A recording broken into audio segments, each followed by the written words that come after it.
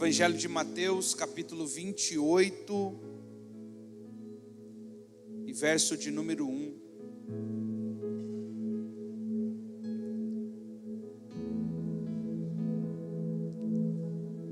Evangelho de Mateus, capítulo 28, e verso de número 1.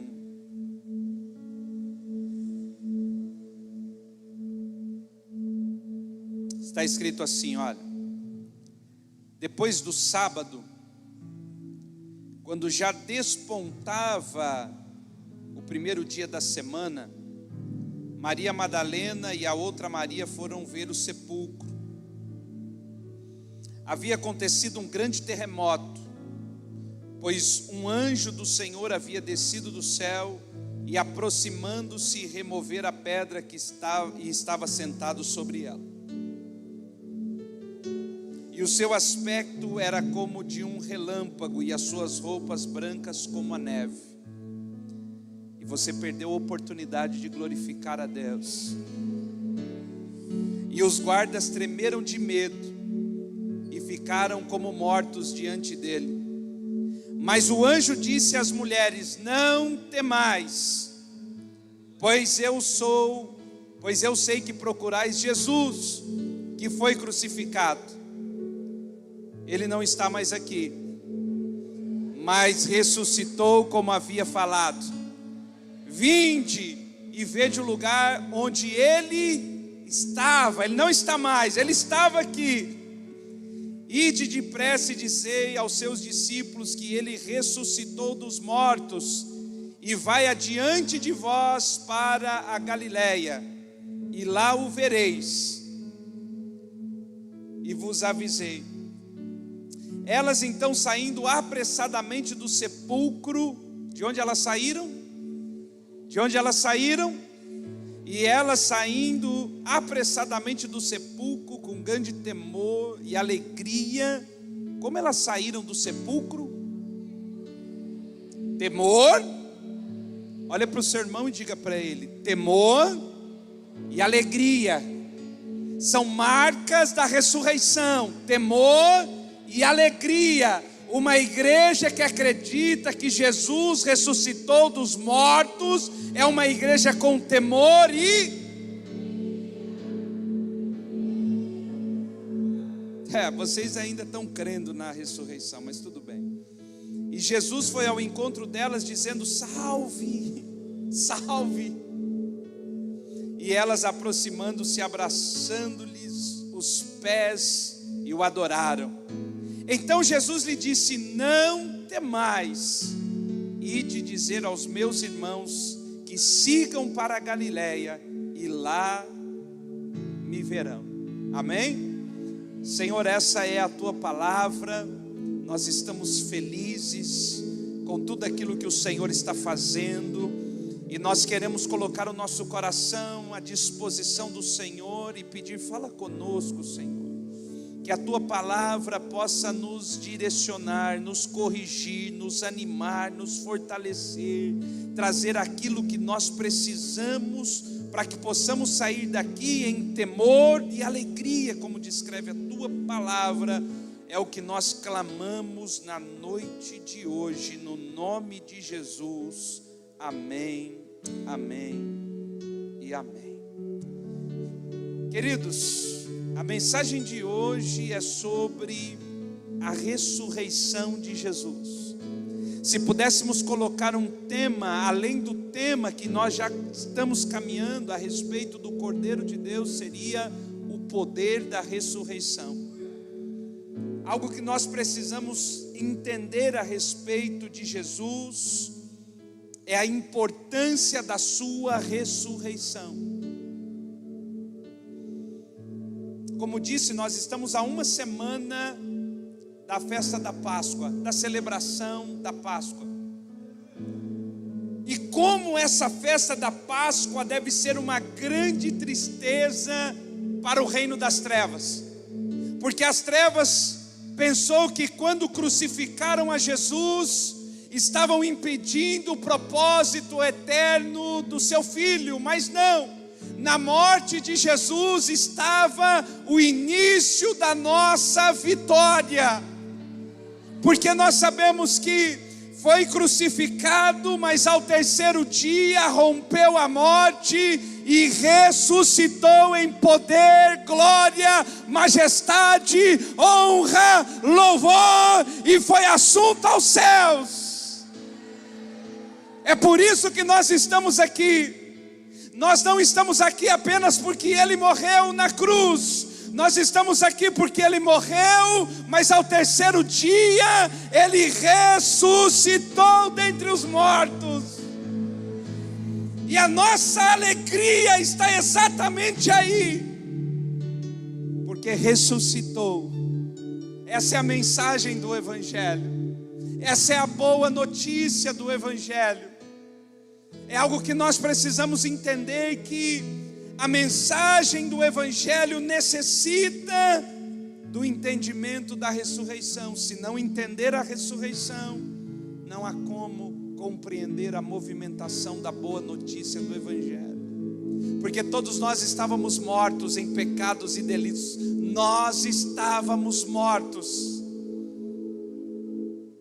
Mas nós precisamos compreender uma coisa extremamente importante. Filipenses capítulo 2 diz que Jesus recebeu um nome que está acima de todo o nome. Não, eu vou dizer de novo. Jesus recebeu um nome que está acima de todo o nome. Não há nome que Jesus não esteja acima dele. Talvez você diga assim: pastor, eu fui diagnosticado com câncer. Deixa eu dizer para você, olha, o câncer é o nome de uma enfermidade, amém? Diga: o câncer, mais uma vez, câncer é o nome de uma enfermidade. Diga: mas o nome de Jesus é o nome sobre todo nome. Eu não sei qual é o nome do seu problema, eu não sei qual é o nome da sua angústia, eu não sei qual é o nome da sua aflição, mas a Bíblia diz que Jesus recebeu um nome que está acima de todo nome. Não há nome que o nome dele não esteja acima. O nome de Jesus está acima de todo nome. É por isso que quando nós chegamos diante de Deus com um problema, nós precisamos entender: o nome de Jesus está acima desse nome. Diga para quem está do seu lado: o nome de Jesus está acima do nome do seu problema. Aleluia. Diga para quem está atrás: o nome de Jesus está acima do nome do seu problema. Eu não sei o que está te fazendo chorar, mas o nome de Jesus está acima do nome do seu problema.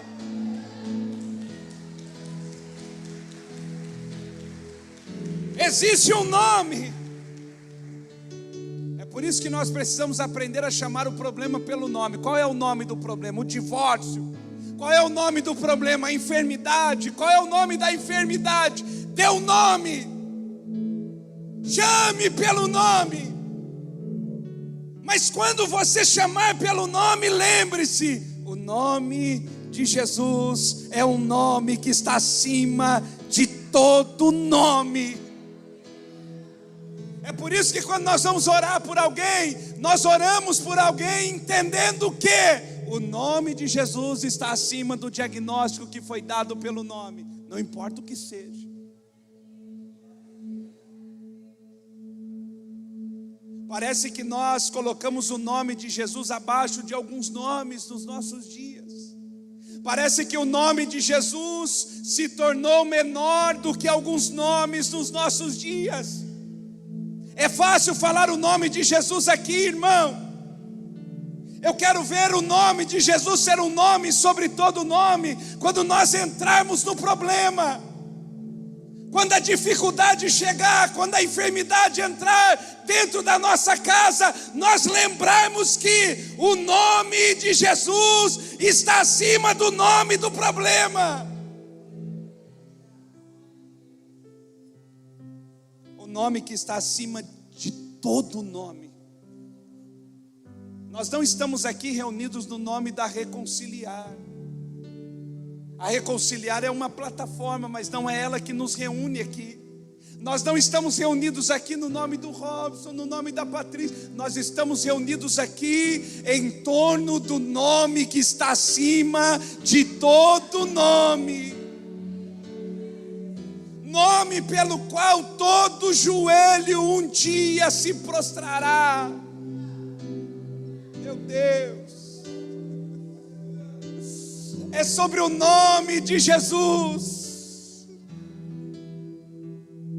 Onde existe um nome sobre todo nome, todo nome abaixo dele precisa se prostrar. Todo nome. A minha oração é que você entenda o que é o nome de Jesus.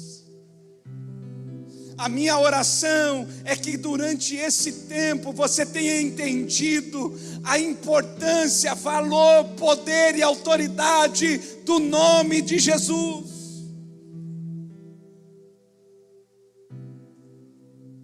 Eu aprendi uma coisa muito importante.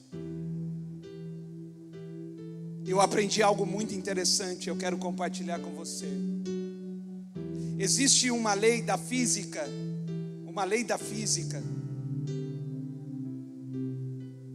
chamada, Pastor Vitor, a lei da energia conservada. Preste atenção no que essa lei física diz. A lei da energia conservada afirma que a energia total em um sistema, ela permanece constante ao longo do tempo. Presta atenção. Essa lei, ela diz que a mesma energia que havia há 1000 anos atrás é a mesma energia que existe hoje. A energia não pode ser mudada.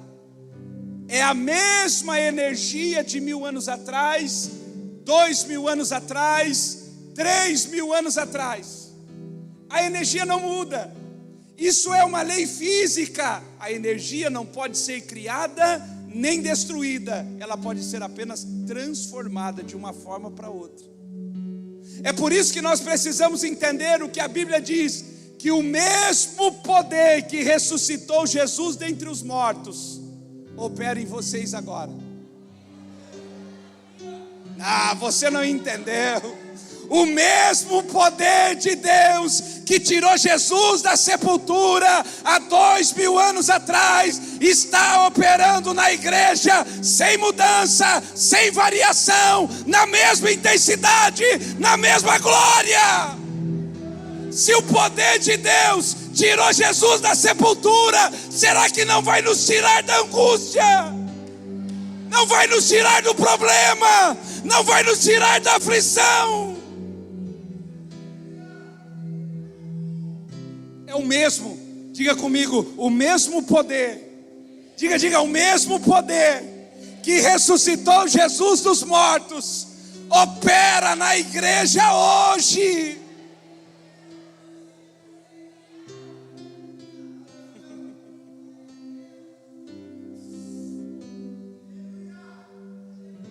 A mesma força que Deus usou para tirar Jesus dentre os mortos opera.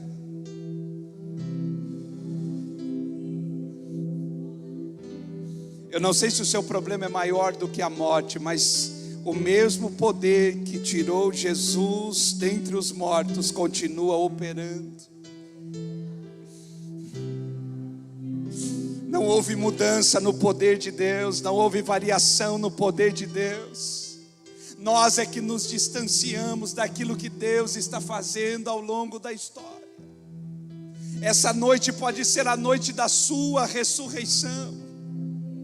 É por isso que nós lemos em Mateus capítulo 28, aquelas mulheres saindo do sepulcro com grande temor e alegria. Deixe-me dar uma palavra profética para você. Essa noite foi escolhida para ser a noite da sua ressurreição. É noite de sair do sepulcro, é noite de sair da angústia, é noite de sair da enfermidade, é noite de sair do problema e atravessar com temor e alegria do outro lado. Meu mesmo poder, porque nós não podemos mudar. Se o homem diz que a própria energia não pode ser mudada, como mudar o poder de Deus? O poder de Deus continua o mesmo. O poder de Deus continua o mesmo. É por isso que debaixo dessa palavra, é por isso que debaixo da autoridade que nos reveste na noite de hoje, assim como Jesus chamou Lázaro para fora do sepulcro, eu chamo você essa noite: sai para fora, venha para fora, saia da morte, saia da enfermidade, saia da angústia. É noite de ressurreição, é noite de vida.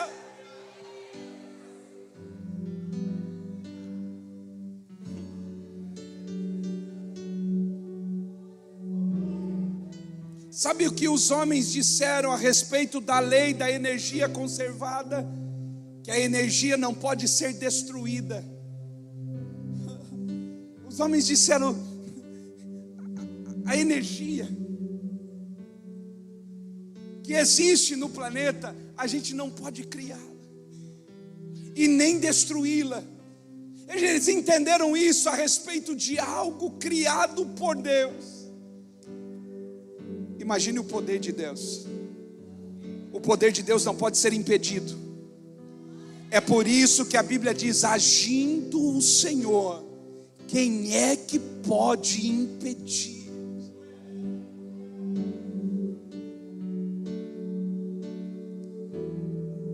É noite de ressurreição e vida.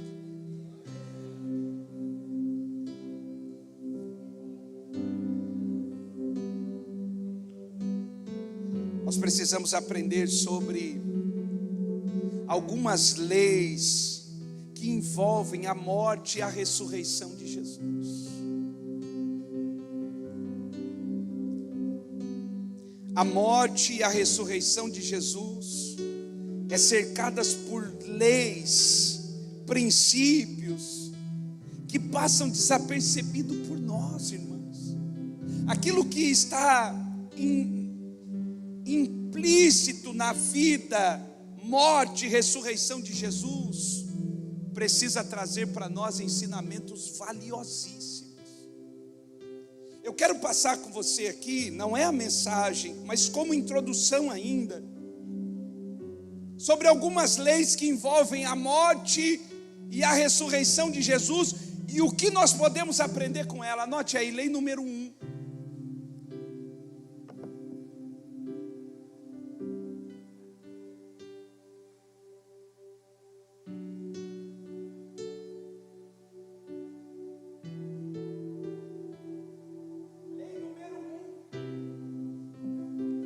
Anote aí, a lei número 1, a lei da imolação. Imolação. Talvez algumas pessoas nunca ouviram falar sobre isso, mas olha o que diz Apocalipse 13:8. Marca aí para você ler depois, Apocalipse 13:8 diz assim: o cordeiro que foi morto desde a fundação do mundo. A lei da imolação, sabe o que a lei da imolação nos ensina?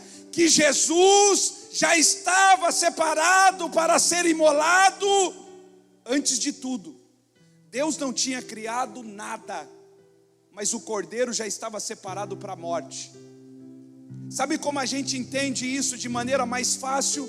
Lembra na parábola do filho pródigo, quando o filho pródigo sai de casa, o pai separa um cordeiro e deixa o cordeiro separado, diz assim: separa o cordeiro aqui, deixa ele aí. Mas para que o senhor quer que deixe o cordeiro separado? Quando Jesus, gerado pelo Pai, antes de todas as coisas, o Pai já o separa para ser imolado, sacrificado, morto. Sabe o que significa isso? Que quando o pecado do homem em Gênesis 3 acontece, Deus já tinha a solução antes do veneno entrar no homem. Ah, você não entendeu. Sabe o que a lei da imolação?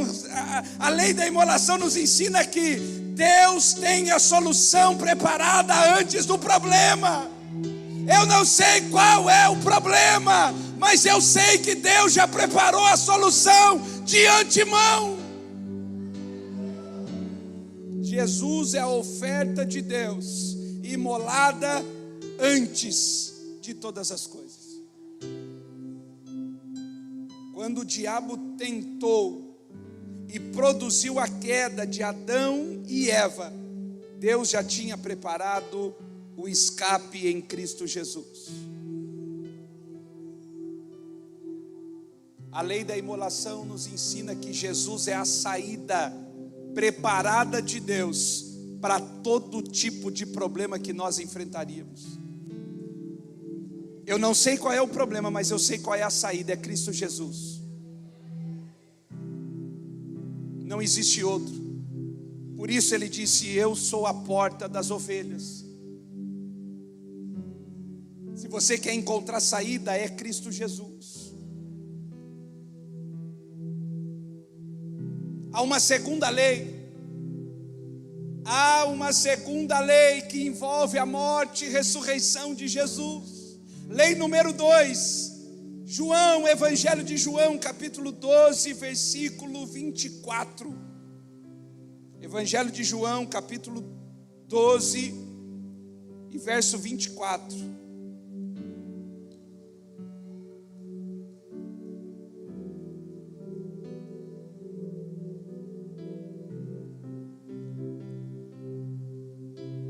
Está escrito assim, Jesus dizendo: em verdade vos digo, se o grão de trigo não cair na terra aí, ele fica só, mas se morrer, ele dá muito fruto. Segunda lei que envolve a lei da semeadura. Jesus estava dizendo: olha, se o grão de trigo cai na terra e não morre, ele fica sozinho. Sabe qual é o princípio da unidade? O princípio da unidade é Jesus dizendo: se você não morre, você não consegue ficar do lado de outra pessoa. Porque para você permanecer do lado de alguém, você precisa morrer. O divórcio nasce quando um dos cônjuges está vivo demais. Por isso Jesus disse: se ele morre, ele dá fruto, mas se ele permanece vivo, ele fica só. Pastor, eu não consigo achar ninguém, parece que ninguém dá certo comigo. Está vivo. Porque Jesus disse: para você dar fruto, você precisa morrer. Se você não morre, você permanece sozinho. A lei da semeadura é algo inevitável. Aquilo que você semeia, você colhe. Agora presta atenção. Por que nós estamos falando da semeadura? Porque Jesus é a oferta de Deus.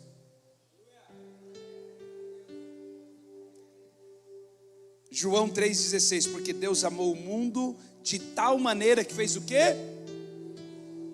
Deu o seu único filho. Jesus é o único filho de Deus.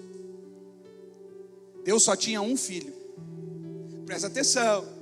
Presta atenção. Deus só tinha um. Henrique, um filho. Sabe o que Deus fez? Eu gostei dessa plataforma aqui agora. Agora eu gostei dos irmãos. Cadê o Tiago? Tiago, nós vai ter que ter uma plataforma aqui, ó.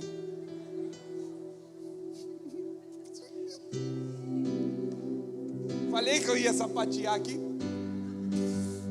Quantos filhos Deus tinha? Um filho. Só que Deus sabe o que é a lei da semeadura. Sabe o que Deus fez? Eu vou semear o meu único filho. Um filho. Porque quando eu semear esse filho e ele morrer, ele vai produzir para mim muitos outros filhos e filhas. Nós somos frutos da semente de Deus plantada em Cristo Jesus. Jesus foi plantado como unigênito. Por isso a Bíblia diz, ele veio como único, mas ele ressuscitou como o primeiro. Por quê? Porque ele veio como o único filho de Deus. Mas quando ele morreu, quando ele foi enterrado, quando colocaram ele na terra, ele brotou. E hoje, 2000 anos atrás, nós estamos aqui como fruto dessa videira.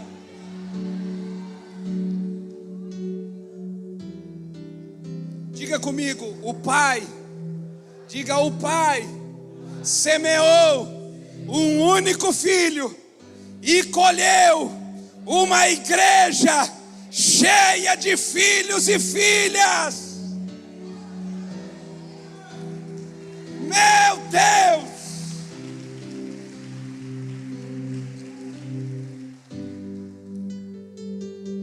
Jesus foi a semente, a única semente do Pai. Você consegue entender isso? Deixa eu te ensinar uma coisa. Eu queria muito. Nós também estamos sem telão hoje, e glória a Deus por isso. Mas Vinícius, olha só. Jesus nunca se dirigiu aos discípulos, senão por servos, amigos. Em toda a passagem você vai ver Jesus falando: vocês agora não são mais servos, até agora eram, mas a partir de agora eu não vou chamar mais vocês de servos, agora vocês são meus amigos. É Jesus nos levando mais para perto. Vocês eram servos, agora vocês já não são servos, agora vocês são amigos. Mas tem um texto, sempre tem um texto, sempre tem um texto. Evangelho de João, abra a Bíblia. Hoje nós estamos crendo de abrir a Bíblia, não tem telão, abre a Bíblia. João, Evangelho capítulo 20, verso 17. Olha esse texto, Evangelho de João 20, 17. Vem, Paulinha, lê aqui pra gente. Ah, você já sabe, você estava ontem, né?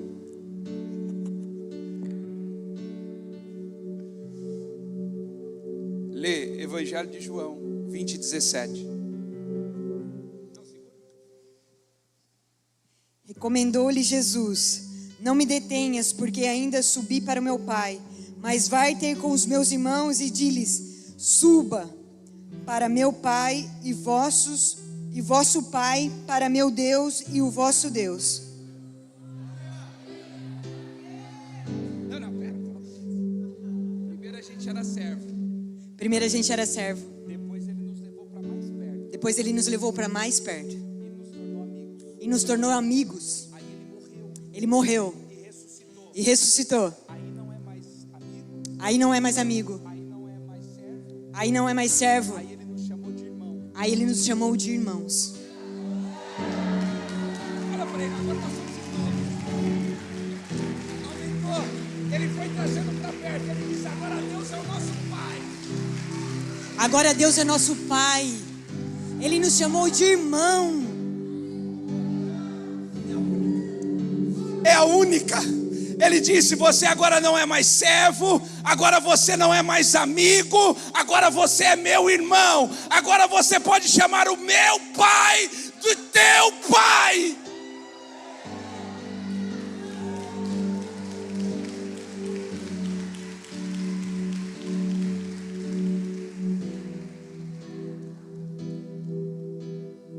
Esse é o poder da ressurreição. Quando ele ressuscitou, a Maria tentou abraçar ele, disse: não me abrace, eu não posso ser abraçado por ninguém antes de ser abraçado pelo meu Pai. Mas eu vou dizer para você uma coisa: vocês agora são meus irmãos.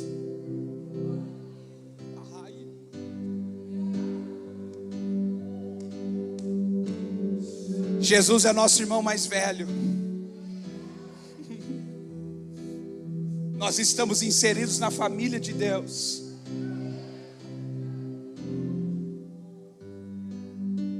Eu não sei o que isso significa para você. É algo que as pessoas deixaram cair. Ser chamado de filho de Deus hoje A gente nunca vai entender, porque isso caiu para a gente no descrédito. A palavra de Deus para Jesus no seu batismo em Mateus capítulo 3: Tu és o meu filho, este é o meu filho em quem eu tenho prazer. Você pode ter título de pastor, bispo, apóstolo, diácono, não importa, arcanjo, serafim. O título mais alto que você vai ter é ser chamado filho de Deus. Não existe um título mais alto do que esse. Não existe um atributo mais alto do que ser elevado à estatura de ser chamado filho de Deus, filha de Deus.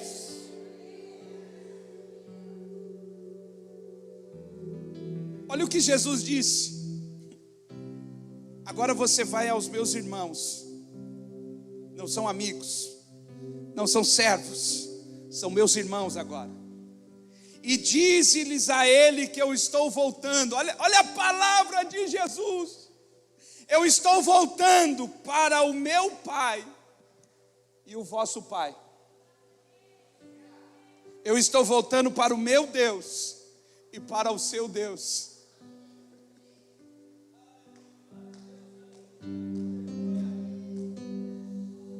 Meu Deus. Pastor, você está falando que Jesus tem um Deus? Eu não, a Bíblia está dizendo, eu vou para o meu Deus. Pastor, você está dizendo que Jesus tem um Pai? Não, a Bíblia está dizendo, eu estou voltando para o meu Pai. Mas é seu Pai também. Terceira lei, calma que nós estamos só na introdução. Eu fiquei animado depois que acabou a energia.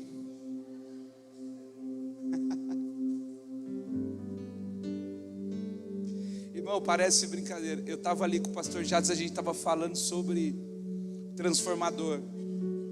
E o pastor Jades falando, será que esse transformador tem? Pronto, a gente saiu dali, caiu a energia. Mas ele tem. Terceira lei, anote aí.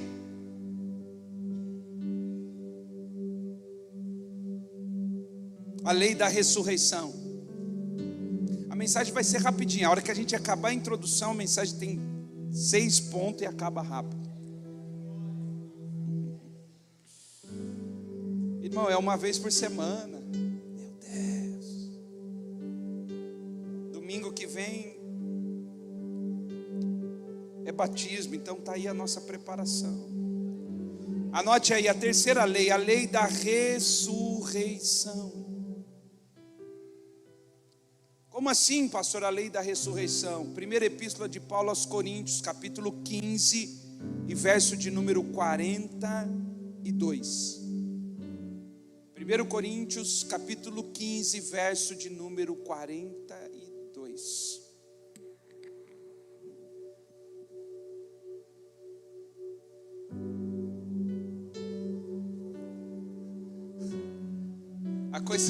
A coisa mais linda de você ver discípulo perto do discipulador. Estou olhando o Rafa ali perto do Henrique. Está quase dormindo no ombro do Henrique, cara. Fica pertinho, juntinho, assim, meu Deus do céu. Olha lá. É só para acordar ele, que ele está quase tombando assim no seu ombro. Agora ele acordou. Diga comigo, a lei da ressurreição. Que é a lei da ressurreição? 1 Coríntios capítulo 15, verso 42. Assim também é a ressurreição dos mortos. Como é a ressurreição dos mortos? Semeia-se um corpo perecível e o quê? De novo, semeia um corpo perecível e ressuscita. A lei da ressurreição. Você morre em um nível, em uma dimensão, e ressuscita em uma outra. Para muitas pessoas, a morte é o último capítulo. Para muitas pessoas o medo da morte, a angústia da morte. E isso deveria ser, preste atenção, até Cristo Jesus, o medo da morte era entendido e compreendido. Até Cristo Jesus, o pavor da morte era aceitável. Mas depois de Cristo Jesus, quando Cristo Jesus foi semeado na sepultura, a Bíblia diz que ele tomou a chave da morte, da sepultura. A Bíblia diz que Jesus tem a chave da morte e do inferno. Ele tomou. Sabe o que é tomar a chave? É dizer: você não tem mais domínio. Até Cristo Jesus, olha, até Cristo Jesus, a morte tinha domínio sobre todo homem. Na ressurreição de Jesus, ele pegou a chave. Na ressurreição ele tomou a chave. É assim, o homem pode até descer a sepultura, mas ele não vai ficar aqui. Ele pode até descer a sepultura, mas ele não permanecerá aqui. Eu tenho a chave, eu vou abrir. Ah, você não entendeu? Eu tenho a chave, eu vou abrir. É por isso que a morte não nos assusta mais, porque ainda que esse tabernáculo terrestre se desfaça, nós temos um edificado não por homens, porque ele tem a chave e ele vai abrir. É por isso que na ressurreição, nos últimos dias, a Bíblia diz que quando Jesus voltar, os mortos ressuscitarão primeiro. Você imagina a cena gloriosa? Jesus voltando, todo mundo vendo, porque a volta de Jesus não vai ser secreta, a volta de Jesus não vai ser, a volta de Jesus vai ser visível para todo mundo. A última trombeta tocando, a trombeta. Eu ia tocar, mas não vou. A trombeta, ao toque da última trombeta, toca a trombeta.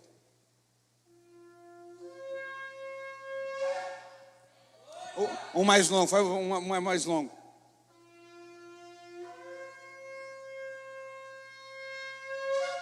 Presta atenção. A Bíblia diz, ao toque da última trombeta, quando você ouvir um som desse vindo do céu, o céu se abrindo. Ai, meu Deus. Eu já quero procurar o primeiro cemitério, Vitor. Eu quero ver. Jesus chegando com a chave, abrindo a sepultura e dizendo: vocês primeiro, vem comigo. Depois eu pego os vivos. Primeiro eu quero os mortos. Vem comigo.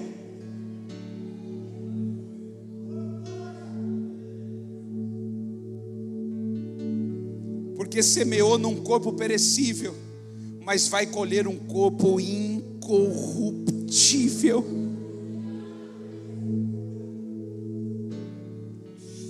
Meu Deus. A lei da ressurreição nos garante que há algo depois dessa vida que é eterno.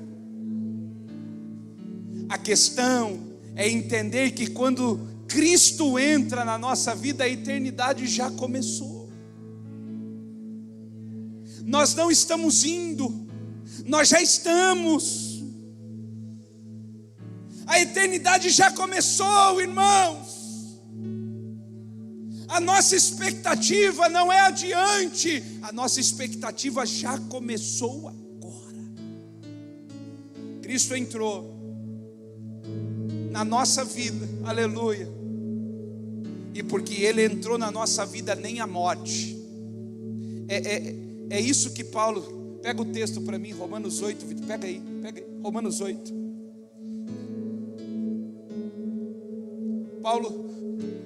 Paulo vai dizer: quem nos separará do amor de Cristo que está em Cristo? Quem é que vai nos separar do amor de Deus que está em Cristo Jesus? Quem é que pode nos separar do amor de Deus que está em Cristo Jesus? Quem é que vai?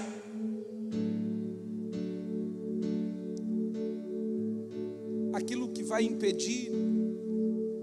Quem é que vai separar?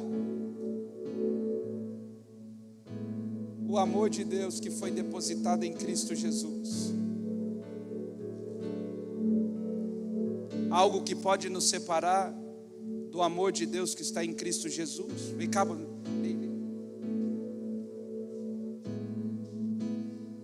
Romanos 8:35. Quem nos separará do amor de Cristo? Será tribulação, ou angústia, ou perseguição, ou fome, ou privação, ou perigo, ou a espada? Como está escrito: por amor de ti somos entregues à morte todos os dias. Fomos considerados como ovelhas para o matadouro. Mas em todas essas coisas somos mais do que vencedores por meio daqueles que nos amou. Porque eu estou certo de que nem a morte, nem a vida, nem principados e nem potestades, nada pode nos separar do amor de Deus que está em Cristo Jesus. Nada. Essa é a lei da ressurreição. Mas eu quero, depois dessa pequena introdução, ministrar para você sobre as 3 forças que Jesus venceu na ressurreição. Ele venceu mais. Mas para que a gente também não se alongue e tenha uma outra mensagem, eu quero falar para você sobre 3 forças que Jesus venceu na ressurreição. Anote aí. A primeira força que Jesus venceu na sua ressurreição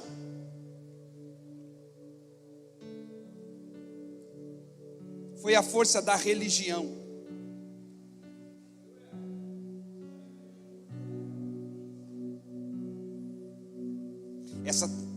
Essa força talvez seja uma das forças mais perigosas que nós temos. Sabe por que algumas pessoas não estão aqui hoje? Porque o domingo na igreja ainda é um domingo religioso. Não se trata de uma obrigação, não é isso. Se trata de entender o que é instituição e institucionalidade. Porque nós estamos falando de um reino. Mas as pessoas não enxergam a instituição do reino de Deus e por isso não há institucionalidade. Nós enxergamos tudo como religiosidade. É religioso estar aos domingos na igreja. É religioso separar um dia da semana para estar no culto. É religioso. Agora, o problema da religião é o problema que eu quero colocar para você aqui. Olha o que a religião fez. Evangelho de Mateus, capítulo 27, verso 62. Evangelho de Mateus, capítulo 27 e verso 62. Vem ler aqui, Henrique. Evangelho de Mateus 27, 62. Rapaz, eu vou ter um tênis laranjado para colocar um blazer cinza. É só nessa casa. Parece o anjo que apareceu brilhando. Agora eu sei como é que é o anjo brilhar. É um tênis laranja. Vem cá. Evangelho de Mateus 27, 62. No dia seguinte, que seguiu o dia para a preparação, reuniram-se os principais sacerdotes e os fariseus perante Pilatos, dizendo: Senhor, lembrando-nos de que aquele enganador, quando ainda vivo, disse: depois de 3 dias sou ressuscitado. Eles estão falando de Jesus. Jesus morreu. E disse que ressuscitaria 3 dias depois. Os religiosos estão juntos agora. E eles estão tramando um plano para impedir a ressurreição de Jesus. Só que não tem como. Ah, você já está pregando.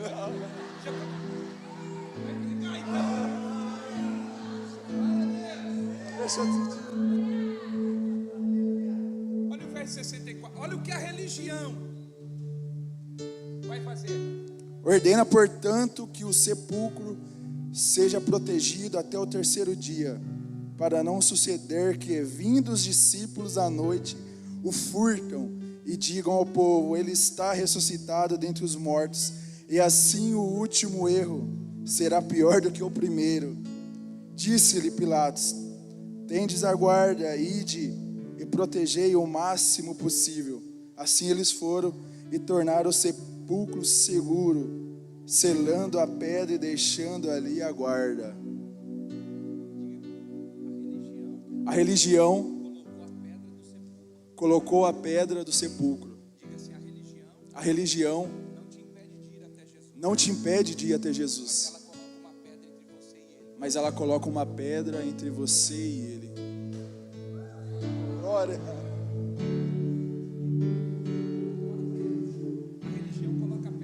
A religião, ela coloca a pedra. Ela te impede. Ela te separa. Tem que tirar a pedra. A religião é isso que ela faz com as pessoas. É só um domingo, é só mais um culto, é só mais um dia que eu venho à igreja. Essa é a pedra. Está no culto, mas tem uma pedra. Está na igreja, mas tem uma pedra. Tem um ministério, mas existe uma pedra. É por isso que é a ressurreição. Um dos sinais é remover a pedra. Aleluia! Deus vai remover a pedra essa noite de você, meu irmão. Deus vai remover a pedra de você essa noite. A pedra da religião.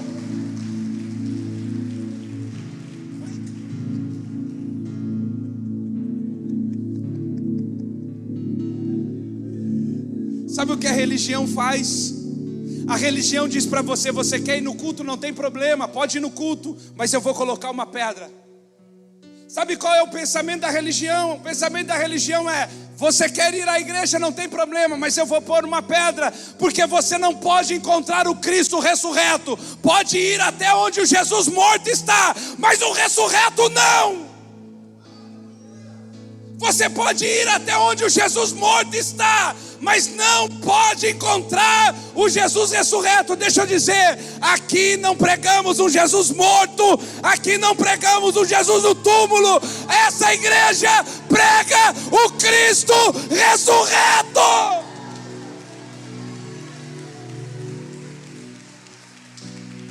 Essa é a igreja do Cristo vivo.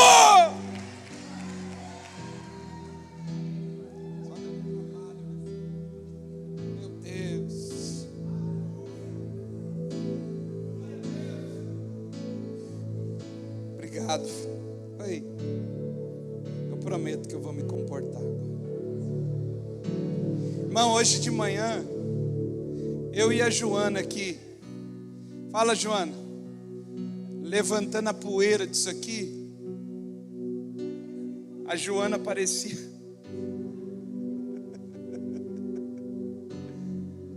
o santo do santo isso aqui, irmão. Levantou poeira. Meu Deus.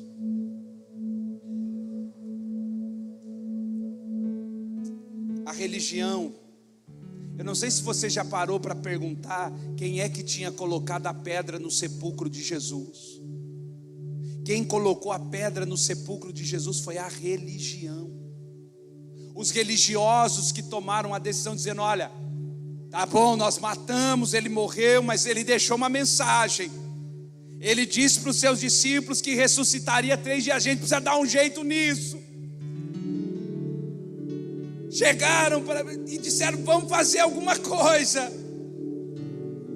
E então pediram para Pilatos: o senhor precisa fazer alguma coisa. Colocaram guardas e pediram algo mais, porque os discípulos dele podem vir e roubar o corpo e dizer que ele ressuscitou. Então vamos colocar uma pedra também, porque quem quiser ir lá pode até ir, mas tem que saber que ele está morto. É por isso que quando a gente vai falar de Jesus, a gente tem que falar com a pedra removida, irmão. A gente não pode pregar a respeito de um Cristo morto, pelo amor de Deus. Sabe o que é pregar um Cristo morto? É fazer apelo assim: irmão, você precisa aceitar a Jesus. Jesus está precisando de você. Jesus está, irmão, presta atenção, não é Jesus que precisa de você, é você que precisa dele.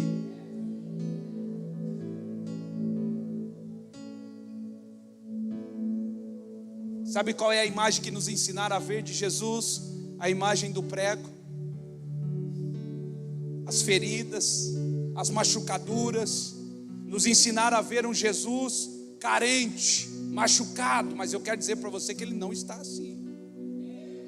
Quando João viu o Cordeiro de Deus, ele disse: o Cordeiro de Deus não está como crucificaram ele. Os seus olhos são como chamas de fogo, os seus cabelos são brancos como a neve. Ele está vestindo um linho finíssimo, os seus pés são como latão reluzente, e da sua boca sai uma espada afiada. Essa é a visão do Cordeiro glorificado.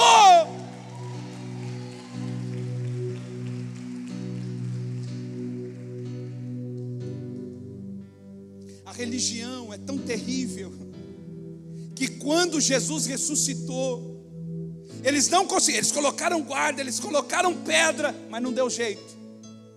Ninguém pediu. Aí os discípulos estão indo contar que Jesus ressuscitou. A religião ficou sabendo. Sabe o que a religião fez, pastor? Pagou o soldado. Pagou o soldado para dizer assim: ó, você diga que roubaram o corpo, hein? Não deixa anunciar que Jesus ressuscitou. Nós vamos pagar para você, para que você minta que ele não ressuscitou.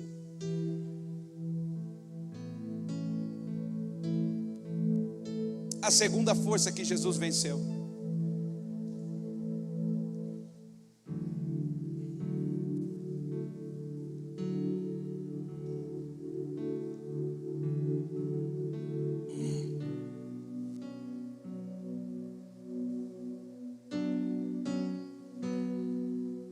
A segunda força que Jesus venceu foi a força da natureza. Como assim, pastor, a força da natureza? Quando aconteceu a ressurreição, a Bíblia diz que houve um terremoto. Houve um terremoto e a pedra foi removida. Aquela pedra era o símbolo da força da natureza imposta sobre o sepulcro de Jesus. É por isso que quando ele ressuscita, o terremoto remove a pedra. Porque essa é a segunda força que ele vence. O que nós precisamos crer é que existe uma força maior, um poder maior do que as leis que nós conhecemos. É por isso que ele estava no meio da tempestade e ele dizia: vento, aquieta. As leis da natureza precisam se submeter a ele. Aquieta. E a Bíblia diz: e os ventos. É por isso que ele está no meio da tempestade, vendo os discípulos aflitos, e ele não pega um outro barco, ele vai andando por cima das águas. Ele quebra as leis da natureza, porque ele está acima das leis impostas da própria natureza. Você está aí? Diga comigo: quando ele ressuscitou. Diga mais uma vez: quando ele ressuscitou, a força das leis naturais foram abaladas. Ele pode caminhar por cima, ele pode repreender o vento, ele pode curar as enfermidades, porque está acima das leis impostas.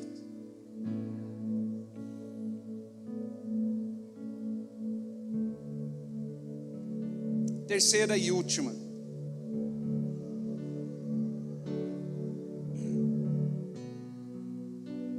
terceira e última força que Jesus venceu. Ele venceu a força espiritual.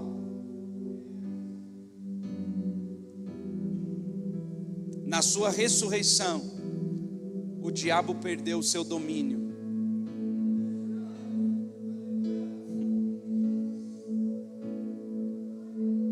Na sua ressurreição, ele venceu a morte.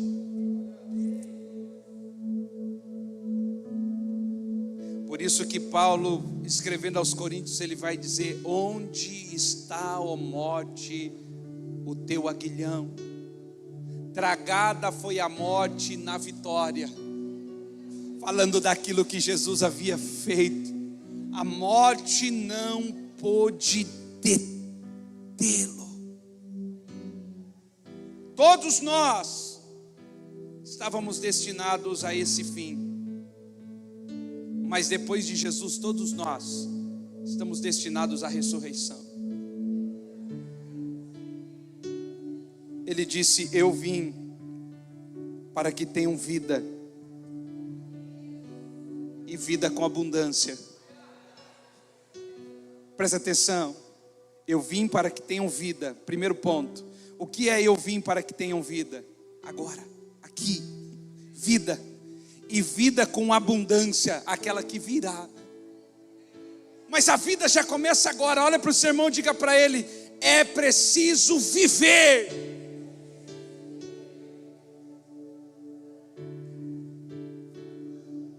Eu não sei quantos anos mais você tem. Eu não sei quantos anos mais você tem nessa terra. Não sei. Até ir para a sepultura, quanto tempo nós temos, pastor? Eu não sei. Mas enquanto não chega o meu tempo de descer à sepultura, eu quero viver.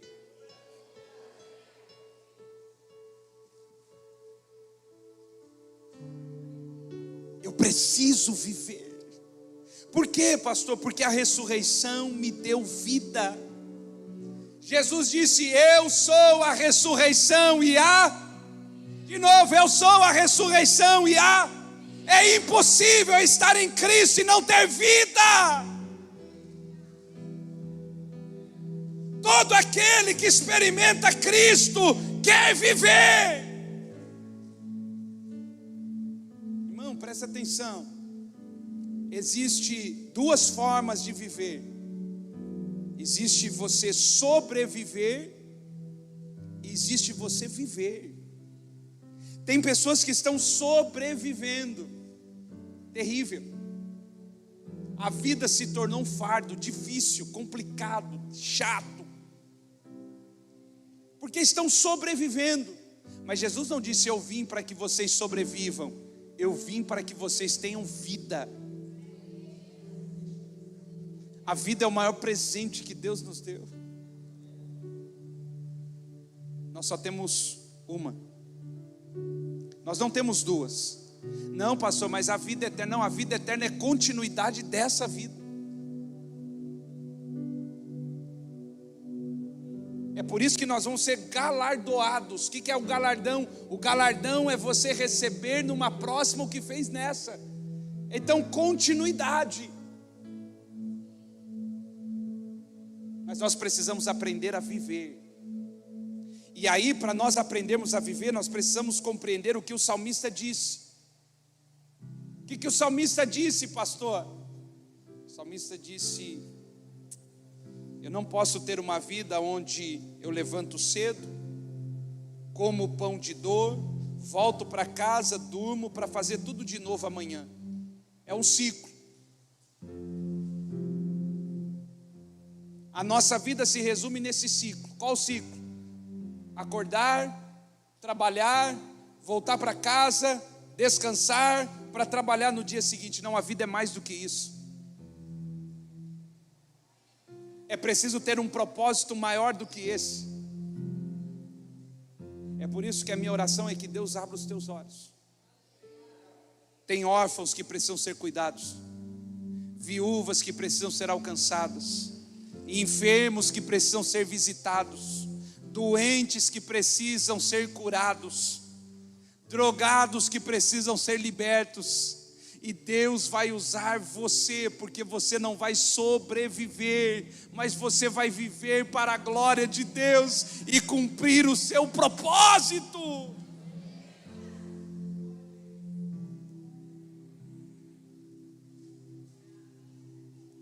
Porque a ressurreição nos deu vida.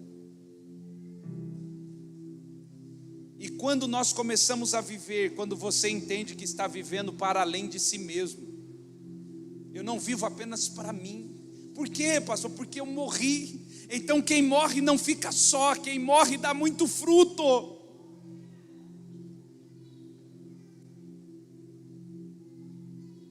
Eu preciso morrer em Cristo Jesus. Deus vai pegar pessoas e colocar no coração das pessoas aquilo que você talvez nem sonhou que seria capaz, ou que Deus poderia fazer com você, e vai colocar você em outra cidade, em outro estado, para você pastorear uma casa como essa, maior do que essa. E você vai dizer, mas você.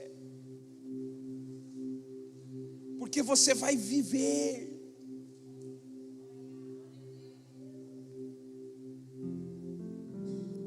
Deixa eu dizer algo para você entender. Jesus sobreviveu durante 30 anos. Sobreviveu. Viveu 3. Em 3 anos, Jesus mudou o mundo.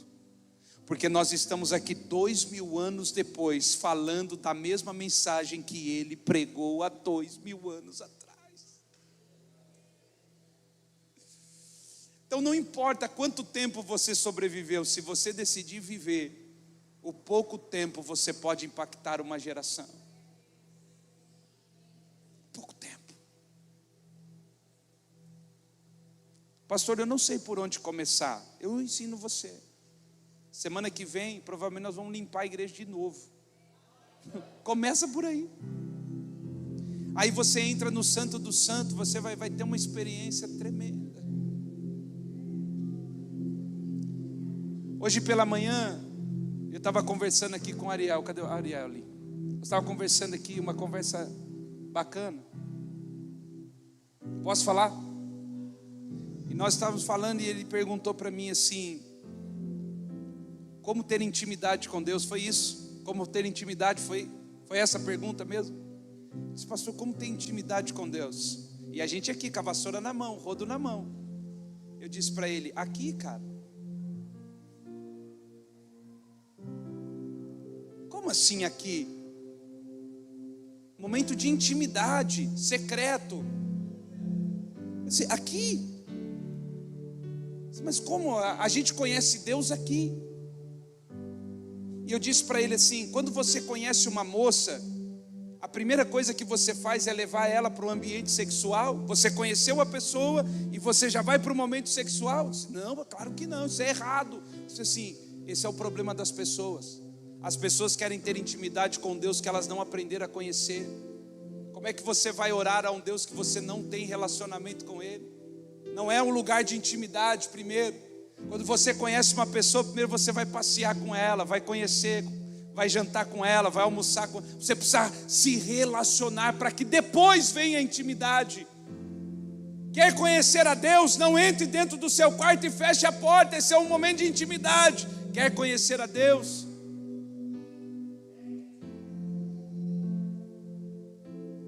Vá numa célula, vá fazer uma visita, vá dentro de um hospital, vá dentro do cárcere. Vá conhecer. Quando você conhecer a Deus, aí você vai para um momento de intimidade com Ele. Porque você diz, agora eu te conheço, Senhor, agora eu preciso ter mais daquilo que o Senhor tem para nós. Agora, se você for para um ambiente de intimidade sem conhecer alguém, errou. O propósito não é intimidade e conhecimento. Conhece e depois seja íntimo. E como é que você conhece? No dia a dia. Você está aí? Oh glória, Pai, nós queremos agradecer ao Senhor por esse tempo. Obrigado pela Tua palavra, obrigado por esse ambiente, obrigado pelas movimentações, obrigado pelo coração. de cada um que tem se levantado, cooperado, ofertado. Obrigado, Senhor, por esse tempo que foi inaugurado no dia 1º de janeiro de 2024.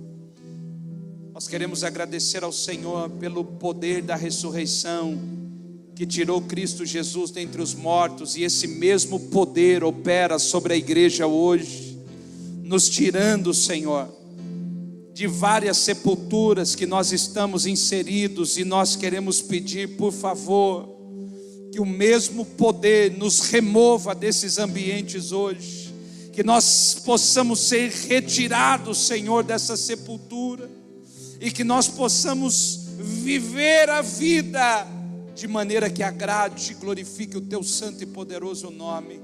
Pai, nós oramos gratos ao Senhor por tudo aquilo que o Senhor tem construído em nós e através de nós. É o que nós te pedimos e te agradecemos no nome de Jesus. Amém, amém e amém, Jesus.